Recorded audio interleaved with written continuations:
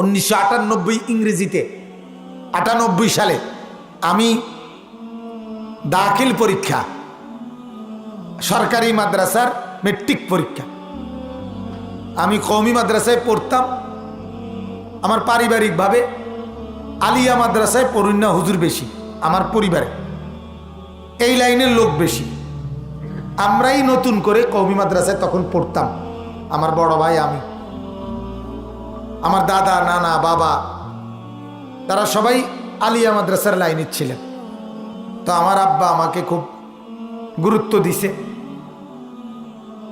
বড় ভাই বলছে, আমি তখন নাহাভিমির জামাতে বেফা পাশ করে 98 ইংরেজিতে দাখিল পরীক্ষা দিছি, মেট্রিক, এই সায়েন্স বিজ্ঞান বিভাগ থেকে।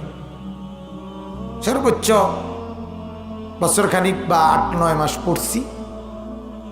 তো আলহামদুলিল্লাহ 1998 ইংরেজিতে আমি দাখিলে সমগ্র বাংলাদেশে সর্বোচ্চ নাম্বার পেয়ে 1 নাম্বার স্ট্যান্ড করছি, আলহামদুলিল্লাহ। আমার কথাটাকে শুনে আমি বলতেছি যে কথাটা, যখন আমার এই রেজাল্ট হইল, আমি ছিলাম কওমি মাদ্রাসার ছাত্র, আইলাম কয়দিনের লেগে শুধু পরীক্ষা দিতে সরকারি মাদ্রাসা, দিলাম পরীক্ষা, রেজাল্ট হইল অসাধারণ রেজাল্ট, সারা বাংলাদেশে 1 নাম্বার। সব পত্রিকায় আমার ছবি উঠছিল। তখন আমাদের বাসা হলো কুমিল্লা শহরে, ঠাকুরপাড়া। তো আমাদের শহরে আমার আব্বা যেই মসজিদের ইমামতি করতেন, 43 বছর এক মসজিদে আব্বা ইমামতি করছেন, একই মসজিদে।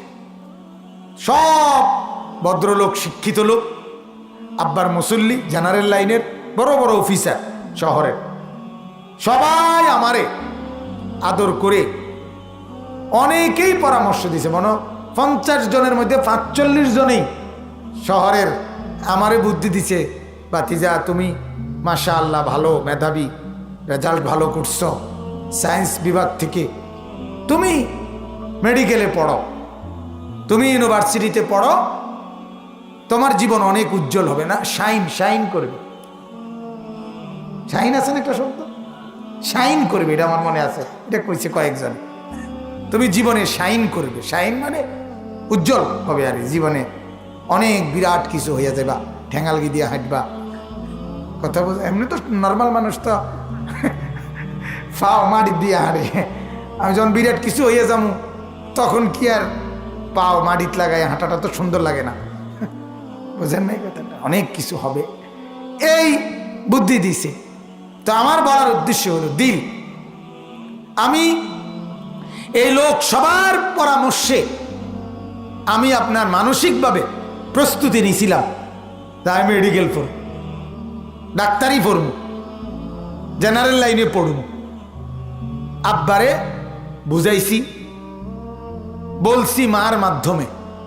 এই তখন আমার আব্বা বলছিল আমার আম্মার কাছে, প্রয়োজনে এই আসমান ভাঙ্গা আরেকবার হইতে পারে, জমিন উল্টাইয়া আরেকবার বাও হইতে পারে, কিন্তু আমি আলী আশরাফ, আমার আব্বার নাম, আমার সিদ্ধান্ত বদলাবে না। আমি তো নিয়ত করছি, আমার আল্লাহর সাথে আমার ওয়াদা, আমার সন্তান 5 জন না 50 জন হলেও মাদ্রাসায় পড়বে। বাবার এটা কঠিন সিদ্ধান্ত ছিল। আমার মনে আছে আমি তখন ওই যে সাময়িক আবেগে কাঁদছি, আরে আমার ভালো সম্ভাবনাটা আব্বা তো দিতেছে না, কিন্তু বাবার কথা মাইনা নিছি, মাদ্রাসাতেই আবার চলে গেছি, পড়ছি মাদ্রাসাতে।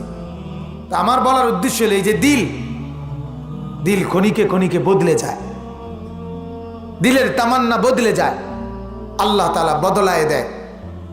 এই জন্য আল্লাহর কাছে এটা চাওয়া যে আল্লাহ আমার দিল আপনি বদলান, কিন্তু আমার দিল আপনার দ্বীনের উপরে মজবুত রাখেন। এটা আল্লাহ তাআলা বলছেন, ওয়ালামু আন্নাল্লাহা ইয়াহুলু বাইনাল মারই ওয়া কলবিহি। এমন আল্লাহ বলেন, জেনে নাও বান্দা, আমি আল্লাহ হতে পারে তোমার দিল আর তুমি এই দুটার মাঝে আমি আল্লাহ প্রতিবন্ধক করে দিতে পারি।